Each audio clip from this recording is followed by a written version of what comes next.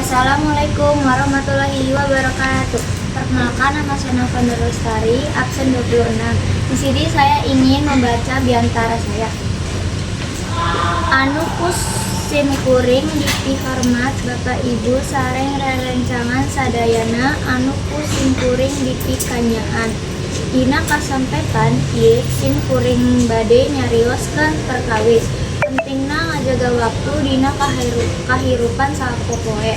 Waktu mangrikukeun hal anu kacida pentingna dina kahirupan urang. Waktu anu geus kalimat moal tiasa balik deui ku sebab eta. Urang kedan tiasa ngamangpaatkeun waktos kalayan sae utamina pikeun hal-hal anu mangpaat sapertos diajar ngabantu kolot sareng ngalake kagiatan anu positif. Seueur jalma anu sok nya-nyakeun waktos pikeun hal anu teu aya gunana. Sapertos teu main gadget atanapi ngalawurakeun kawajiban. Padahal lamun waktos eta dipake kalayan hade, pasti bakal mawa mangpaat anu gede pikeun kahirupan urang di mangsa nu bakal datang. Ku kituna hayu urang diajar disiplin dina ngatur waktos, ngamimitian tina leutik sapertos nyieun jadwal sapopoe. Ngurang hal anu teu penting sareng fokus kana tujuan hirup urang. Mugia ku urang tiasa ngajaga waktos kalayan hade. Urang tiasa ngahontal kasuksesan anu dipakayang.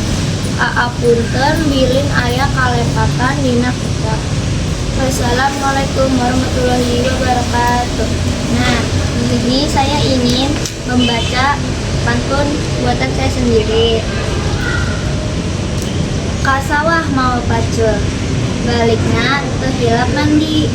Hatur nuhun parantos ngario.